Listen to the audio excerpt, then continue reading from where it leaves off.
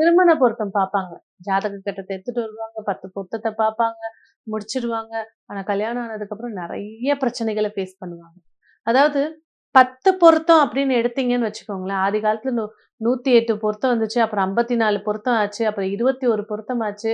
அப்புறம் 11 பொருத்தம் ஆச்சு. அப்புறம் 5 பொருத்தம் ஆச்சு. இப்ப ரஜ்ஜு பொருத்தம் இருந்தா போதும் கல்யாணம் பண்ணிடலான்னு வந்துட்டாங்க.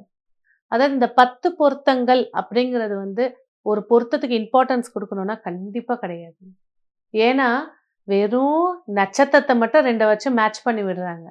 ஆனா கட்டம் பொருத்தம் ஒரு ஜாதக கட்டமும், பெண்ணோட ஜாதக கட்டமும் இணைச்சு பார்க்கும்போது தான், இந்த பெண் வர நேரத்துக்கு இந்த பையனுக்கு அந்யோன்யம் அதிகமா இருக்குமா? லாபம் இருக்குமா? சந்தோஷமா வாழ்வாங்களா? இந்த பையன் வர நேரம் இந்த பொண்ணுக்கு நல்ல வளர்ச்சி ஏற்படுத்தி குடுக்குமா? 2 பேருக்குமே கர்ப்பம் சொல்லக்கூடிய விஷயங்கள் சிறப்பா இருக்கா? ஒழுக்கம் சரியா இருக்கா? புத்திர பாக்கியம் இருக்கா?